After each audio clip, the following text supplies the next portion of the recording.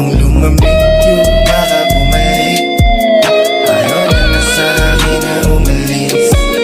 Mas gusto niya mahigpit na pupunit na yung damit. Sobrang diin, dahil sobrang diin. Nung lumamig yung baka bumalik.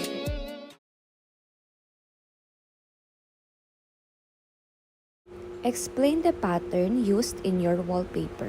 Our wallpaper uses the P6 wallpaper pattern, which is based on a hexagonal 6-sided layout.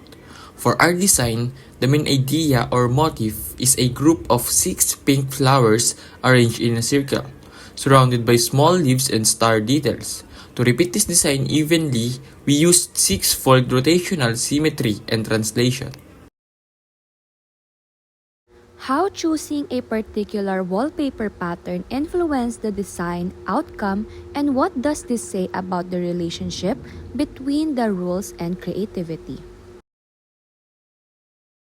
Choosing the P6 pattern made our work much easier because it gave us clear guidelines to follow.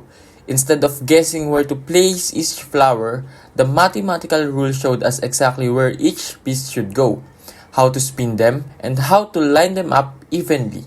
This shows that the math rules do not stop us from being creative. Instead, the rules give us a structure or plan. Once the pattern rules were set, we were free to be creative with our colors, floral shapes, and small details. Overall, creating this wallpaper helped us understand that mathematics is not only about numbers, but also about patterns and design. By learning the different wallpaper pattern types, especially the P6 pattern, we were able to recognize how symmetry, rotation, and translation work together to create a balanced and repeating design.